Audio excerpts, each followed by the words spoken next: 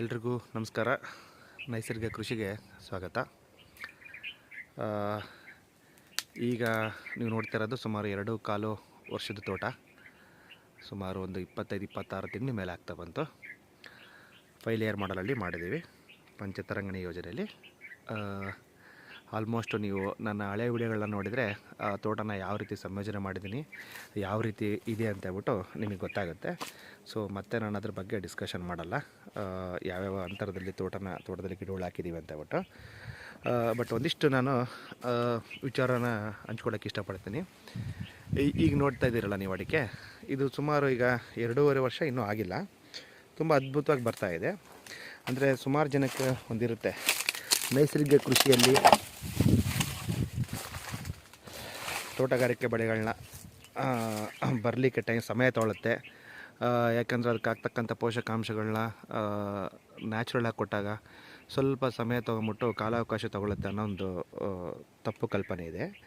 But ನಾವು ಸರಿಯಾದ ರೀತಿಯಲ್ಲಿ ನಿರ್ವಹಣೆ ಮಾಡಿದರೆ, ಕೆಮಿಕಲ್ ಫಾರ್ಮಿಂಗಲ್ಲಿ ಏನು ನಾವು ಮಾಡ್ತೀವಲ್ಲ ಅದಕ್ಕಿಂತ ಅದ್ಭುತವಾಗಿ ತೋಟನ ಮಾಡ್ಬೋದು. ಈಗ ನೀವು ನೋಡ್ತಾ ಇದ್ದೀರಾ ಇದು ಅಡಿಕೆನ. ಬಟ್ ತೋಟದ ಎಲ್ಲ ಗಿಡಗಳು ಇದೇ ಥರ ಇಲ್ಲ. ಒಂದಿಷ್ಟು ಇನ್ಬ್ಯಾಲೆನ್ಸ್ ಆಗಿದೆ, ಎಲ್ಲೆಲ್ಲಿ ಮಣ್ಣಿನ ಫಲವತ್ತತೆ ಇಲ್ಲೋ ಅಲ್ಲಿ ಸಮಸ್ಯೆ ಇದೆ. ಕೆಲವೊಂದು ಕಡೆ ತೋಟದಲ್ಲಿ ಗಿಡಗಳು ಚೆನ್ನಾಗಿ ಬಂದಿದೆ, ಕೆಲವೊಂದು ಬಂದಿಲ್ಲ. ಬಟ್ ಮತ್ತು ನಿರ್ವಹಣೆ ಅನ್ನೋದು ಭಾಳ ಇಂಪಾರ್ಟೆಂಟು. ಸರಿಯಾದ ರೀತಿಯಲ್ಲಿ ನಿರ್ವಹಣೆ ಮಾಡಿದರೆ ತೋಟನ, ಅದಕ್ಕೆ ಬೇಕಾಗಿರ್ತಕ್ಕಂಥ ಎಲ್ಲ ಪೋಷಕಾಂಶಗಳನ್ನ ಸರಿಯಾದ ರೀತಿಯಲ್ಲಿ ನಾವು ನೈಸರ್ಗಿಕವಾಗಿ ಒದಗಿಸ್ಕೊಟ್ರೆ ನಾವು ಖರ್ಚನ್ನು ಕೂಡ ಕಡಿಮೆ ಮಾಡ್ಕೊತೀವಿ, ಮತ್ತು ಯಾವ ಕೆಮಿಕಲ್ ಫಾರ್ಮಿಂಗ್ನವರೆಗೂ ಕೂಡ ಕಡಿಮೆ ಇಲ್ದಂಗೆ ನಾವು ತೋಟನ ಮಾಡ್ಬೋದು. ಮತ್ತು ತುಂಬ ನೆಮ್ಮದಿ ಇರುತ್ತೆ. ಯಾಕಂದರೆ ಪ್ರತಿ ವರ್ಷವೂ ತೋಟದ ನಿರ್ವಹಣೆ ಕಡಿಮೆ ಆಗ್ತಾ ಹೋಗುತ್ತೆ.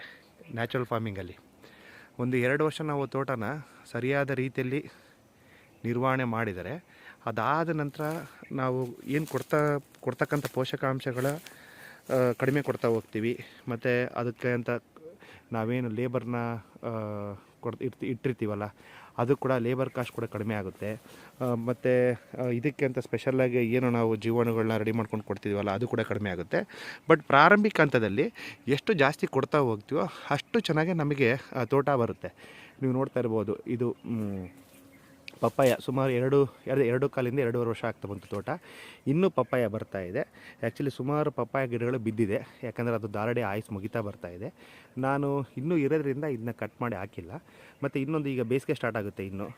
ಇನ್ನು ನಮ್ಮ ಭಾಗದಲ್ಲಿ ಚಳಿಗಾಲ ಮತ್ತು ಬೇಸಿಗೆಯಲ್ಲಿ ತೋಟ, ಈಗ ನಾನು ಪಪ್ಪಾಯನ ತೆಗೆದುಬಿಟ್ಟು ಅದನ್ನು ಬೇರೆ ರೀಪ್ಲೇಸ್ ಮಾಡೋಂಥ ಸಮಯ ಅಲ್ಲ. ಹಾಗಾಗಿಬಿಟ್ಟು ಅದು ಎಷ್ಟು ಬರುತ್ತೋ ಬರಲಿ. ಮತ್ತು ಆ ಪಪ್ಪಾಯ ಇರೋದ್ರಿಂದ ನನಗೆ ಸ್ವಲ್ಪ ಅಡಿಕೆಗೆ ಅದಕ್ಕೆ ಬೇಕಾಗಿರ್ತಕ್ಕಂಥ ಬಿಸಿಲನ್ನ ಅದು ಅವಾಯ್ಡ್ ಮಾಡುತ್ತೆ.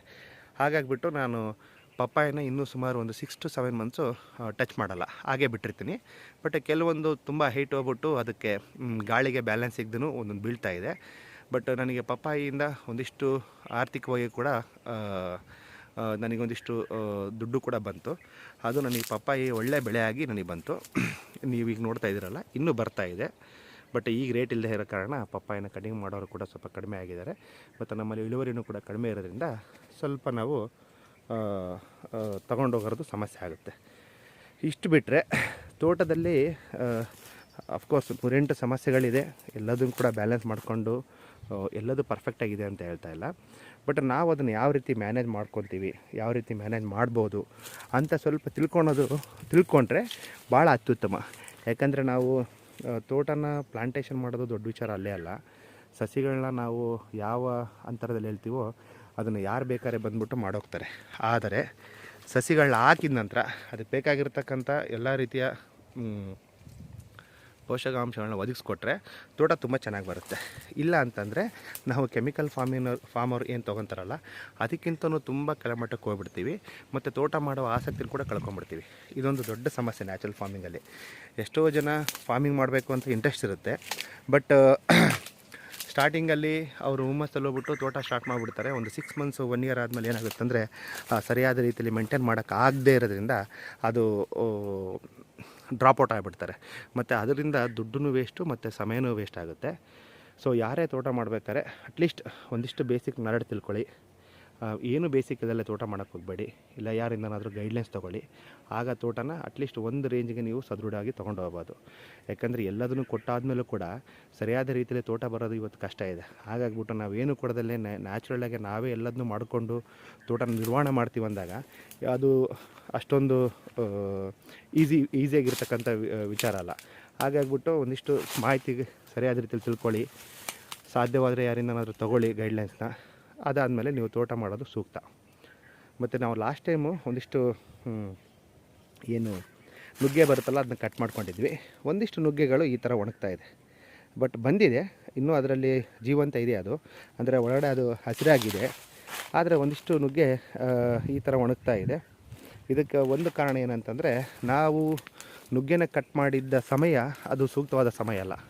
ಸೊ ನುಗ್ಗೆನ ಯಾವ ಟೈಮಲ್ಲಿ ಕಟ್ ಮಾಡಬೇಕು ಆ ಸಮಯದಲ್ಲಿ ಕಟ್ ಮಾಡಿದರೆ ಅದು ಮತ್ತೆ ಚಿಗುರೊಡೆಯುತ್ತೆ. ಸೊ ಅದು ಇನ್ಬ್ಯಾಲೆನ್ಸ್ ಆಗಿರೋದ್ರಿಂದ ಒಂದಿಷ್ಟು ನುಗ್ಗೆ ನಮ್ಮಲ್ಲಿ ಇನ್ನೂ ಸರಿಯಾದ ರೀತಿಯಲ್ಲಿ ಬಂದಿಲ್ಲ. ಮುಂಚೆ ಏನು ಬಂದಿತ್ತಲ್ಲ ಆ ಪ್ರಮಾಣದಲ್ಲಿ ಬಂದಿಲ್ಲ.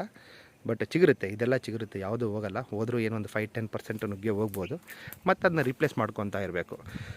ಅದೇ ತೋಟ ಅಂದರೆ ನಾವು ಒಂದೇ ಸಮಯಕ್ಕೆ ಎಲ್ಲದನ್ನೂ ಮಾಡಿಬಿಡ್ತೀವಿ ಅಂತಲ್ಲ, ಕೆಲವೊಂದು ಚೇಂಜಸ್ ಮಾಡ್ಕೋವಂತ ಹೋಗಬೇಕು. ಮತ್ತು ಇದು ಒಂದಿಂದಲೇ ಆಗೋದಲ್ಲ, it will take some time. ಮತ್ತು ಪೇಷನ್ಸ್ ಬೇಕು ನಮಗೆ. ತೋಟ ಮಾಡೋದಕ್ಕೆ ಪೇಷನ್ಸ್ ಭಾಳ ಮುಖ್ಯ. ಅಫ್ಕೋರ್ಸ್ ದುಡ್ಡನ್ನು ಎಕ್ಸ್ಪೆಕ್ಟ್ ಮಾಡಲೇಬೇಕು ತೋಟದಿಂದ, ಆದರೆ ಪ್ರಾರಂಭಿಕ ಹಂತದಲ್ಲಿ ನಾವು ಯಾವ ರೀತಿ ಮೇಂಟೈನ್ ಮಾಡ್ತೀವಿ ಅನ್ನೋದ್ರ ಮೇಲೆ ರಿಟರ್ನ್ನ ಎಕ್ಸ್ಪೆಕ್ಟ್ ಮಾಡ್ಬೋದು. ನಾವೇನು ಮಾಡ್ದಲೇ ನೈಸರ್ಗಿಕವಾಗಿ ತೋಟನ ಪ್ಲಾಂಟೇಷನ್ ಮಾಡಿ ಬಿಟ್ಬಿಡ್ತೀವಿ, ತನ್ನಷ್ಟಕ್ಕೆ ತಾನೇ ಬೆಳೆದ್ಬಿಟ್ಟು ಹಣ್ಣು ಕೊಡುತ್ತೆ ಅಂತ ಏನಾದರೂ ಕಾನ್ಸೆಪ್ಟಲ್ಲಿದ್ದರೆ ಯಾರು ಕೂಡ ತೋಟ ಮಾಡೋಕ್ಕೆ ಹೋಗಬೇಡಿ.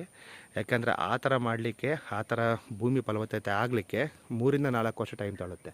ಸೊ 3-4 ವರ್ಷ ನೀವು ಏನೂ ರಿಟರ್ನ್ ಬರ್ತಾಯಿಲ್ಲ ಅಂತಂದರೆ ನಿಮಗೆ ತೋಟ ಮಾಡಬೇಕು ಅನ್ನೋ ಆಸಕ್ತಿನೇ ಹೋಗ್ಬಿಡುತ್ತೆ. ಸೊ ಆ ಕಾನ್ಸೆಪ್ಟಿಂದ ಹೊರಡೆ ಬಂದ್ಬಿಟ್ಟು ಅದಕ್ಕೆ ಏನು ಬೇಕೋ ಅದೆಲ್ಲದನ್ನೂ ಕೂಡ ಮ್ಯಾನೇಜ್ ಮಾಡಿದರೆ ಮಾತ್ರ ತೋಟನ ನಾವು ನಿರ್ವಹಣೆ ಮಾಡೋಕ್ಕಾಗೋದು. ಇಲ್ಲ ಅಂತಂದರೆ ತುಂಬ ಕಷ್ಟ ಆಗುತ್ತೆ. ಮತ್ತು ಬಾಳೆ ವಿಚಾರಕ್ಕೆ ಬಂದರೆ, ಬಾಳೆ ನನಗೆ ಮುಂಚೆ ಸ್ವಲ್ಪ ಅದಕ್ಕೆ ಬೇಕಾಗಿರ್ತಕ್ಕಂಥ ಪೋಷಕಾಂಶಗಳು ಇಲ್ಲದೇ ಇರೋದ್ರಿಂದ ಗೊನೆಗಳು ಕಡಿಮೆ ಬರ್ತಾಯಿತ್ತು, ಅಂದರೆ ಚಿಕ್ಕ ಗಾತ್ರದಲ್ಲಿ ಬರ್ತಾಯಿತ್ತು. ಇವತ್ತು ಬಾಳೆ ನನಗೆ 8, 9, ಒಂದೊಂದರಲ್ಲಿ 10 kg ಬರ್ತಾಯಿದೆ. ಸೊ ಎಲ್ಲ ತೋಟದಲ್ಲಿ ಸ್ಟಾರ್ಟಿಂಗಲ್ಲಿ ಬಾಳೆ ಚೆನ್ನಾಗಿ ಬಂದ್ಬಿಟ್ಟು ಸೆಕೆಂಡ್ ಕ್ರಾಪು ಥರ್ಡ್ ಕ್ರಾಪಿಗೆ ಡೌನ್ ಆಗ್ತಾ ಹೋಗುತ್ತೆ. ಬಟ್ ನಮ್ಮಲ್ಲಿ ರಿವರ್ಸ್ ಆಗಿದೆ. ನಮ್ಮಲ್ಲಿ ಸ್ಟಾರ್ಟಿಂಗ್ ಕಡಿಮೆ ಬಂತು, ಯಾಕಂದರೆ ತೋಟ ಮಣ್ಣಿನಲ್ಲಿ ಫಲವತ್ತತೆ ಇಲ್ಲದೆ ಇರೋದಕ್ಕೆ ಅದು ಅಷ್ಟೊಂದು ಸರಿಯಾಗಿ ಬರಲಿಲ್ಲ. ಈಗ ಬರ್ತಾ ನನಗೆ 8-9 kg ಬರ್ತಾಯಿದೆ. ಅಂದರೆ ನಾವು ನೈಸರ್ಗಿಕ ಕೃಷಿಯಲ್ಲಿ ನಾವು ಏನು ಉಪಯೋಗಿಸ್ತಾ ಇದ್ದೀವೋ ಅದು ಇಲ್ಲಿ ಕೆಲಸ ಮಾಡ್ತಾಯಿದೆ ಅಂತ ಬಿಟ್ಟು ಒಂದು ನನಗೆ ಗೊತ್ತಾಯಿತು.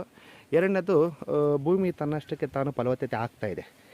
ನಾವು ಕೊಡ್ತಕ್ಕಂಥ ಎಲ್ಲ ವಸ್ತುಗಳು ಕೂಡ ಸರಿಯಾದ ರೀತಿಯಲ್ಲಿ ತೊಗೊಂಬಿಟ್ಟು ಇವತ್ತು ಭೂಮಿ ಫಲವತ್ತತೆ ಆಗ್ತಾಯಿದೆ.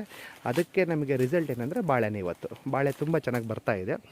ಮುಂದಿನ ದಿನಗಳಲ್ಲಿ ನನಗೆ ಬಾಳೆನೂ ಕೂಡ ಆರ್ಥಿಕವಾಗಿ ಕೈ ಹಿಡಿಯುತ್ತೆ ಅನ್ನೋ ಒಂದು ನಂಬಿಕೆ ಇದೆ. ನೋಡಬೇಕು ಯಾವ ರೀತಿ ಬರುತ್ತೆ ಅಂತ ಬಿಟ್ಟು. ಇನ್ನು ಅಡಿಕೆಗೆ ಇನ್ನು ಮುಂದೆ ಇನ್ನೂ ಬೇಸಿಗೆ ಸ್ಟಾರ್ಟ್ ಆಗುತ್ತೆ. ನಮ್ಮ ಭಾಗದಲ್ಲಿ ಸುಮಾರು 40-41 ತನಕನೂ ಹೋಗುತ್ತೆ, 40 ಡಿಗ್ರಿ ತನಕನೂ. ಇನ್ನು ಇದಕ್ಕೆ ವಾಟರ್ ಮ್ಯಾನೇಜ್ಮೆಂಟೇ ಬಿಗ್ಗೆಸ್ಟ್ ಚಾಲೆಂಜು. ಯಾಕಂದರೆ ಇಷ್ಟು ದಿನ ತುಂಬ ಚೆನ್ನಾಗಿ ಮಳೆ ಇತ್ತು ನಮ್ಮಲ್ಲಿ. ಮಳೆಗಾಲದಲ್ಲಿ ಮಳೆನೂ ತುಂಬ ಚೆನ್ನಾಗಿ ಬಂತು ಈ ವರ್ಷ, ಯಾವುದೇ ಸಮಸ್ಯೆ ಆಗಲಿಲ್ಲ. ಬಟ್ ಈಗ ನಮಗೆ ನೀರಿನ ಸಮಸ್ಯೆ ಇನ್ನು ಮುಂದೆ ಕಾಡ್ತಾ ಹೋಗುತ್ತೆ. ಅಂದರೆ ಬೋರಲ್ಲಿ ನೀರು ಕಡಿಮೆ ಆಗಿಲ್ಲ, ಬಟ್ ತುಂಬ ಬಿಸಿಲಿರೋದ್ರಿಂದ ಈಗ 5 ಎಕರೆ ತೋಟ ಆಗಿದೆ ನಂದು. ಮುಂಚೆ ಸುಮಾರು 2 ಎಕರೆ ಇತ್ತು, ಇನ್ನೂ 3 ಎಕರೆ ಎಕ್ಸ್ಟೆಂಡ್ ಮಾಡಿದ್ದೀನಿ. ಹಂಗಾಗ್ಬಿಟ್ಟು 5 ಎಕರೆ ತೋಟ ಆಗಿರೋದ್ರಿಂದ 5 ಎಕರೆಗೆ ಒಂದೇ ಬೋರ್ ಇಟ್ಕೊಂಬಿಟ್ಟು ಮೇಂಟೈನ್ ಮಾಡ್ತಾಯಿದ್ದೀವಿ. ಸೊ ಅದು ಒಂದು ಚಾಲೆಂಜಾಗೆ ನಾವು ತೊಗೊಂಡಿದ್ದೀವಿ. ಇನ್ನೊಂದೇನೆಂದರೆ, ಈ ತೋಟದಲ್ಲಿ ನಾವು ಇನ್ಲೈನ್ ಡ್ರಿಪ್ ಹಾಕಿದ್ವಿ. ಈ ಇನ್ಲೈನ್ ಡ್ರಿಪ್ದು ಏನಾಗ್ತಾಯಿದೆ ಅಂತಂದರೆ, ಸ್ವಲ್ಪ ನೀರನ್ನು ಅಂದರೆ ಒಳಗಡೆ ಎಲ್ಲ ಕಸರು ಕಟ್ಬಿಟ್ಟು ಇದೆಲ್ಲ ಕಚ್ಕೊಳ್ತಾ ಇದೆ. ಹಂಗಾಗ್ಬಿಟ್ಟು ಸರಿಯಾದ ರೀತಿಲಿ ವಾಟ್ರು ಬರ್ತಾಯಿಲ್ಲ. ಅದನ್ನು ಎವ್ರಿ 15 days 1 month ಒಂದ್ಸತಿ ಆ ಬ್ಲಾಕೇಜ್ ಎಲ್ಲ ಕ್ಲೀನ್ ಮಾಡ್ಕೊಂಬಿಟ್ಟು ನೀರು ಕೊಡಬೇಕಾಗುತ್ತೆ. ಸೊ ಅದಕ್ಕೆ ನನ್ನ ಸಜೆಷನ್ ಅಂದರೆ, ಯಾರೇ ತೋಟ ಮಾಡಬೇಕಾದ್ರೆ ಔಟ್ಲೈನ್ ಡ್ರಿಪ್ ಹೋಗಿ. ಔಟ್ಲೈನ್ ಡ್ರಿಪ್ ಅಂದರೆ ನೀವು ಸ್ಪ್ರಿಂಕ್ಲರ್ ವ್ಯವಸ್ಥೆಗೆ ಹೋಗಿ. ನನ್ನ ಒಂದು ಹಳೆ ವಿಡಿಯೋದಲ್ಲಿ ನೋಡಿದ್ರೆ ನಿಮಗೆ ಗೊತ್ತಾಗುತ್ತೆ. ಅಲ್ಲಿ ಸ್ಪ್ರಿಂಕ್ಲರ್ ವ್ಯವಸ್ಥೆ ಮಾಡಿದ್ದೀವಿ 9 feetಗೆ ಒಂದು. 9 feetಗೆ ಯಾಕೆ ಮಾಡಿದ್ದೀವಿ ಅಂತಂದರೆ, ಎವ್ರಿ 4.5 feetಗೆ ಒಂದು ಸಸಿ ಬರೋದ್ರಿಂದ 9 feetಗೆ ಒಂದು ಸ್ಪ್ರಿಂಕ್ಲರ್ ವ್ಯವಸ್ಥೆ ಕೊಟ್ಟಾಗ ನೀರನ್ನ ಎಲ್ಲ ಕಡೆ ಒಂದು 4 to 5 feet ತನಕ ನೀರನ್ನ ಚಿಮ್ಮಿಸುತ್ತೆ. ಸೊ ಆಗ ಗಿಡನೂ ಡ್ಯಾಮೇಜ್ ಆಗೋಲ್ಲ, ಮತ್ತು ತೋಟ ಪೂರ್ತಿ ನಿಮಗೆ ನೀರು ಕೊಟ್ಟಾಗುತ್ತೆ. ಸೊ ಮಳೆಗಾಲದಲ್ಲಿ ಯಾವ ರೀತಿ ತೋಟ ಇರುತ್ತೋ ಅದೇ ಥರ ನಾವು ಬೇಸಿಗೆಯಲ್ಲಿ ಕೂಡ ನೋಡ್ಕೋಬೋದು. ಸೊ ಅದಕ್ಕೋಸ್ಕರನೇ ಆ ಸಿಸ್ಟಮ್ನ ನೆಕ್ಸ್ಟ್ ನಾನು 1 or 2 ಮಂತ್ಸಲ್ಲಿ ಈ ಲ್ಯಾಟರ್ನ ತೆಗೆದುಬಿಟ್ಟು ನಾನು ಸ್ಪ್ರಿಂಕ್ಲರ್ ಅಂದರೆ ಜೆಟ್ ವ್ಯವಸ್ಥೆ ಮಾಡಬೇಕಂತ ಅಂದ್ಕೊಂಡಿದ್ದೀನಿ. ನಾನು ಮಾಡಿದಾಗ ಅದರದ್ದು ವೀಡಿಯೋ ಹಾಕ್ತೀನಿ. ನೀವು ನೋಡ್ಬೋದು ಇಲ್ಲಿ ಒಂದು ಪ್ಯಾರ್ಲ ಗಿಡ ಇದೆ. ಇದನ್ನ ಆ್ಯಕ್ಚುಲಿ ಕಟ್ ಮಾಡಿದ್ವಿ, ಬ್ರೂನಿಂಗ್ ಮಾಡಿದ್ದೀವಿ. ಈ ಒಂದು ಕವಲನ್ನ ಹಾಗೆ ಬಿಟ್ಟಿದ್ವಿ, ಯಾಕಂದರೆ ಇಲ್ಲೆಲ್ಲ ಒಂದಿಷ್ಟು ಹಣ್ಣು ಇರೋದಕ್ಕೋಸ್ಕರನೇ. ತುಂಬ ಚೆನ್ನಾಗಿ ಬಂದಿದೆ, ಪ್ಯಾರ್ಲ ಬಂದಿತ್ತು ಕೂಡ. ಸೊ ಮತ್ತೆ ಇದನ್ನೆಲ್ಲ ಕಟ್ ಮಾಡಿಬಿಟ್ಟು ನಾವು ಬಿಡ್ತೀವಿ. ನೆಕ್ಸ್ಟ್ ಮತ್ತೆ ನಮಗೆ ಮುಂದಿನ ಇದರಲ್ಲಿ ಇನ್ನೂ ಚೆನ್ನಾಗಿ ಬರುತ್ತೆ. ಸೊ ಕಮರ್ಷಿಯಲ್ಗೂ ನಾವು ಬೇಕಾದ್ರೆ ಇದನ್ನ ಯೂಸ್ ಮಾಡ್ಬೋದು. ಸುಮಾರು ಒಂದು 10 ರಿಂದ 15 ಪ್ಯಾರ್ಲ ಗಿಡ ಇರೋದ್ರಿಂದ ನಾವು ಇದನ್ನು ಮನೆಗೆ ಉಪಯೋಗಿಸ್ಕೊಂಡು ಮಾರಾಟಕ್ಕೂ ಕೊಡ್ಬೋದು. ನೋಡಬೇಕು ನೆಕ್ಸ್ಟ್. ಸೊ ಈ ಥರ ತೋಟ ಇದೆ. ಬಟ್ ಈ ಸಮ್ಮರಲ್ಲಿ ನಾವು ನೀರನ್ನ ಯಾವ ಥರ ನಿರ್ವಹಣೆ ಮಾಡ್ತೀವಿ ಅನ್ನೋದೇ ದೊಡ್ಡ ಚಾಲೆಂಜ್ ಆಗಿದೆ. ಬಟ್ ಈಗ ಒಂದಿಷ್ಟು ತೋಟದಲ್ಲಿ ಏನು ನಾವು ಬದಲಾವಣೆಗಳು ಮಾಡಿದ್ದೀವೋ ಅದು ಖುಷಿ ತಂದಿದೆ. ಒಂದಿಷ್ಟು ಸಮಸ್ಯೆಗಳು ಕೂಡ ಇದೆ. ಆ ಸಮಸ್ಯೆಗಳನ್ನ ಮತ್ತೆ ನಾವು ಮುಂದಿನ ದಿನಗಳಲ್ಲಿ ನಿರ್ವಹಣೆ ಮಾಡ್ಕೊತ ಅದಕ್ಕೆ ಏನು ನಾವು ಕೊಟ್ಟರೆ ಸರಿ ಹೋಗುತ್ತೆ ಅಂತ ಹೇಳ್ಬಿಟ್ಟು ನೋಡಿಕೊಂಡು ಮತ್ತು ಕಲಿತಾ ತೋಟದ ಜೊತೆಗೆ ಬೆರಿತಾ ಮಾಡ್ತಾ ಹೋಗ್ತಾಯಿದ್ದೀವಿ. ಸೊ ಇಷ್ಟು. ಮತ್ತು ನೆಕ್ಸ್ಟ್ ಮುಂದಿನ ವೀಡಿಯೋದಲ್ಲಿ ಯಾವ ರೀತಿ ಆಗಿದೆ ಅಂತ ಹೇಳ್ಬಿಟ್ಟು ಹೇಳ್ತೀನಿ. ಸೊ ನಮ್ಮ ತೋಟದ ಯಾವುದೇ ಮಾಹಿತಿ ಬೇಕಂದರೆ ನಮ್ಮ ಯೂಟ್ಯೂಬ್ ಚಾನಲ್ನ ಮತ್ತು ಫೇಸ್ಬುಕ್ ಚಾನಲ್ನ ಲೈಕ್ ಮಾಡಿ, ಸಬ್ಸ್ಕ್ರೈಬ್ ಮಾಡಿ. ಸೊ ಡಿಸ್ಕ್ರಿಪ್ಷನೆಲ್ಲ ನಂಬರ್ ಇರುತ್ತೆ. ಏನಾದರೂ ಸಜೆಷನ್ ಕೊಡೋಂಗಿದ್ರು ಕೊಡ್ಬೋದು, ಮತ್ತು ಯಾರಿಗಾದ್ರೂ ಸಜೆಷನ್ ಬೇಕಂದ್ರೂ ಕೂಡ ಕಾಲ್ ಮಾಡ್ಬೋದು. ಧನ್ಯವಾದಗಳು.